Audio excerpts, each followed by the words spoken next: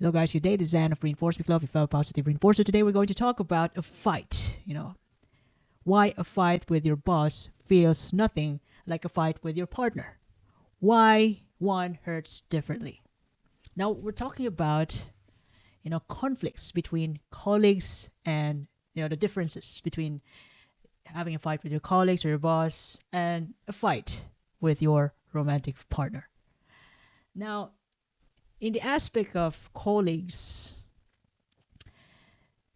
it actually involves professionalism, what is expected from you, norms in the workplace, policies, and shared tasks. So that's the nature of your relationship with your colleagues. While on the other hand, your romantic partner, that's something personal, even emotional, and it involves emotional investment together, vulnerability, even shared life experiences and memories together. So it's way different. The first one, the professional relationship with your colleagues is just limited, and it actually, it has a terms and conditions. It is carefully managed. While the relationship with our romantic partner is actually deep and intense. Now, speaking about deep and intense, the one that we have with our colleagues is actually less intense. The way, but sometimes it could be stressful. Stressful in a way that you have to be professional in expressing your feelings, even though you're actually pissed off, like you want to hang the person there, but you can't. I'm just that is just my way of saying that you are. I am. Even though I'm already so angry that I want to crush this person, I can't do it. I gotta structure my communication in a way that it is acceptable for everybody.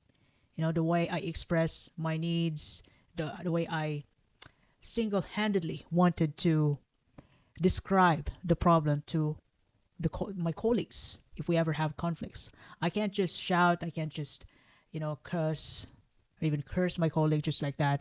But in the aspect of a romantic partner, the emotional intensity is actually a bit higher, even to the highest level, especially when there is betrayal involved or rejection or abandonment, unhealed wounds that you have to express your need in a way that it's actually sometimes could be hurting.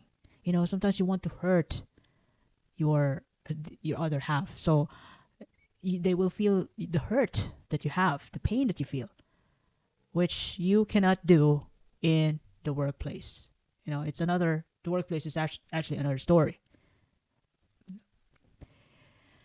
And speaking about communication style, the way we express ourselves in the workplace, it has to be formal, solution oriented, filtered, to avoid HR issues, and somehow every professional, even though when they're completely pissed off, they're at the best of their ability, they want to express their intense emotion in a professional way.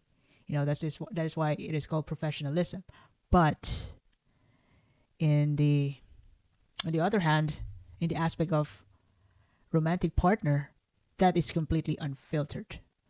In a way, it because it is intertwined with personal history and emotional needs, unmet needs in particular. So sometimes you could say hurtful things to your romantic partner, not in a professional way, but the way you are. That is outside work. Sometimes you could curse the other half. Sometimes you could, say bad words, which would hurt the person, but you can't do, those words, cursing. You can't do it in the workplace. Only, as much as possible, we don't do it.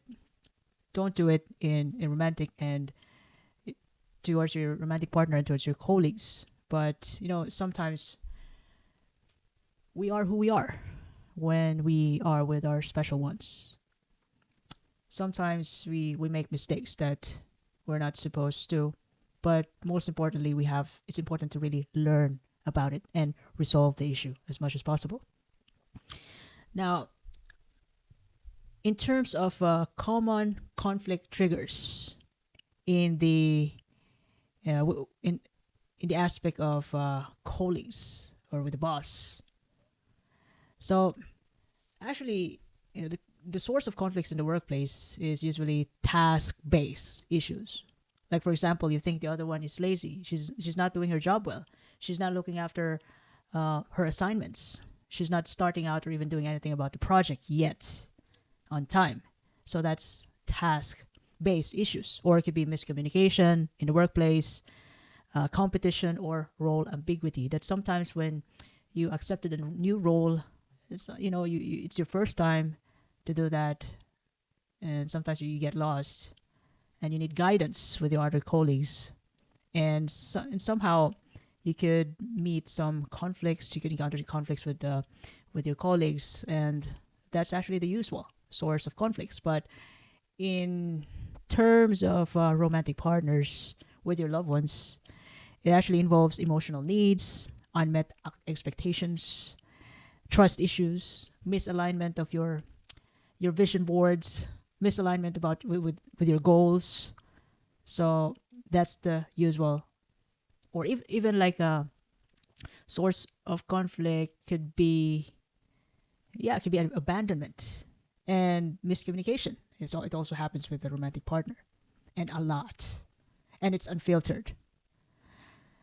Now, if this conflict wouldn't get a solution, via, you know, I'll be talking about conflicts with the colleagues, with our coworkers. The way we solve the fight is through managers, HRs, and it's mostly structured processes, and it is focused on compromise and professional functionality. That everything has to be based on policies, and there's a process that you have to undergo in order to resolve the conflict professionally.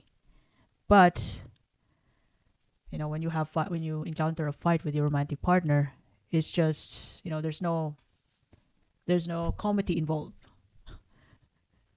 It's more like of empathy and deeper dialogue about emotional needs and boundaries.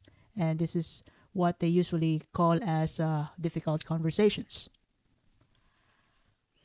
Now, if the issue will not get resolved with a colleague, it usually affects the job performances, and sometimes someone will be leaving the job.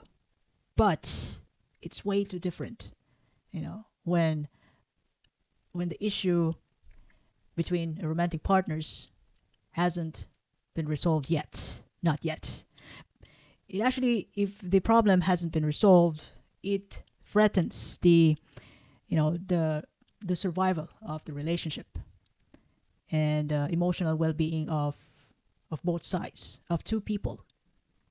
And somehow, it could be, sometimes it could lead to resentment, if the conflict or the fight hasn't been resolved yet, no solution yet, no difficult conversation yet, or even the difficult conversation still hanging, no resolution has been made between the couples. And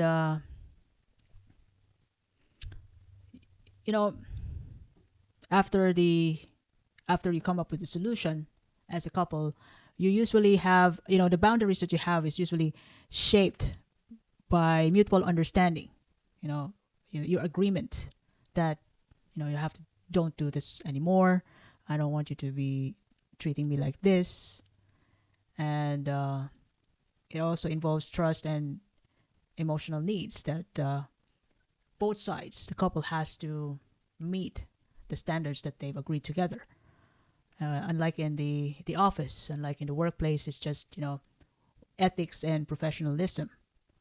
And sometimes, in order to solve the problems between couples, somehow they got to be in a therapy if it's necessary.